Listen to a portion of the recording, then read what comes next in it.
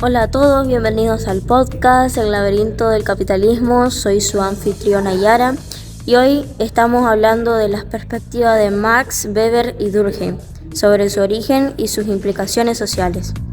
Aquí me encuentro con Belén, que nos explicará o nos aclarará algunas dudas o inquietudes acerca de los padres fundadores del capitalismo. Hola a todos, soy Belén. Primero que nada, gracias por la invitación al podcast y ahora voy a empezar a hablarles, como dijo Yara, de los padres fundadores. Entonces, comencemos con lo básico. ¿Cómo explica Marx el origen del capitalismo y por qué utiliza la imagen del zorro en el gallinero? ¿Qué simboliza cada uno?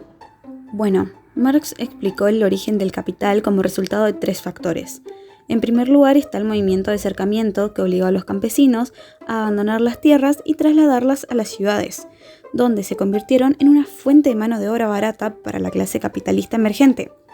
En segundo lugar tenemos el ascenso de la clase mercantil que acumuló riquezas que les dieron el poder de invertir en nuevas industrias y tecnologías. Por último, el surgimiento del sistema fabril que condujo a un aumento dramático en la productividad del trabajo, lo que impulsó aún más el crecimiento del capitalismo.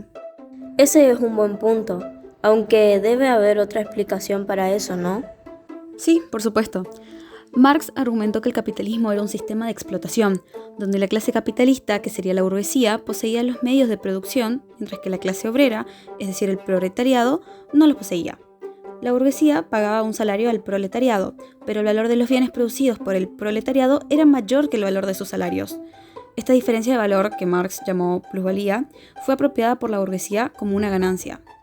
Además, Marx creía que el capitalismo eventualmente colapsaría debido a sus contradicciones internas. Argumentó que el sistema capitalista eventualmente se volvería tan concentrado que un pequeño número de capitalistas poseería la mayoría de la riqueza, y esto conduciría a un creciente conflicto de clases entre la burguesía y el proletariado.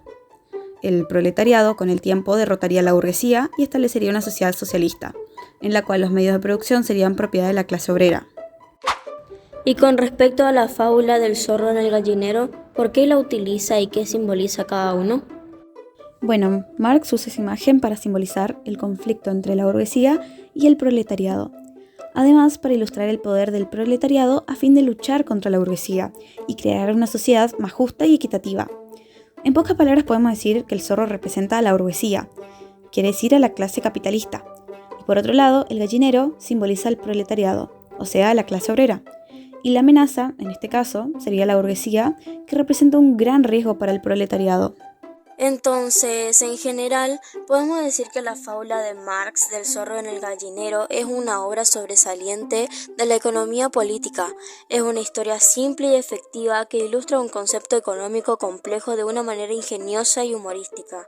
Además de ser atemporal, puede aplicarse a cualquier sistema económico en la que la clase trabajadora sea explotada por la clase capitalista. Exacto, mejor explicado no puedo estar. Por otro lado, ¿cómo explica Weber el origen del capitalismo? Weber explica el origen del capitalismo como la ética protestante, que trata de enfatizar el trabajo duro, la frugalidad y la autodisciplina, y condujo al desarrollo de un espíritu de capitalismo, que se caracteriza por el deseo de acumular la riqueza a través del trabajo duro y la inversión. La ética protestante también era particularmente fuerte entre los calvinistas, quienes creían que la salvación no estaba garantizada y que solo aquellos que fueran elegidos por Dios serían salvados. Como resultado, los calvinistas creían que tenían que probar su elección a través de sus acciones en el mundo. Una forma de hacerlo era trabajar duro y acumular riquezas. Y con respecto a la imagen de la hormiga y la cigarra, ¿por qué lo utiliza y qué simboliza cada uno?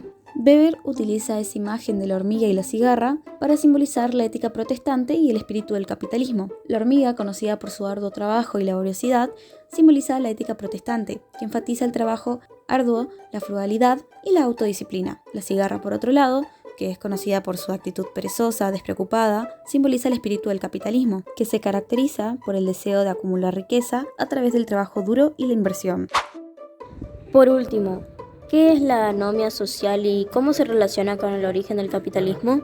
Durkheim argumentó que la anomia social es producto de la transición de la solidaridad mecánica a la solidaridad orgánica, provocada por la creciente división del trabajo, la industrialización y la urbanización. En la solidaridad mecánica, las sociedades se mantienen unidas por valores y creencias compartidas. Sin embargo, en la solidaridad orgánica, las sociedades se mantienen unidas por la interdependencia de diferentes funciones sociales. Esta interdependencia puede conducir a la anomia si no hay suficiente regulación para garantizar que se satisfagan las necesidades de todos. Por lo tanto, según Durkheim, la anomia está relacionada con el origen del capitalismo, porque el capitalismo es un sistema que se basa en la competencia y el interés propio. En un sistema capitalista no existe un límite establecido sobre cuánta riqueza o poder puede acumular una persona. Esto puede conducir a una situación en la que las personas sientan que deben luchar constantemente por más, incluso si eso significa romper las normas sociales.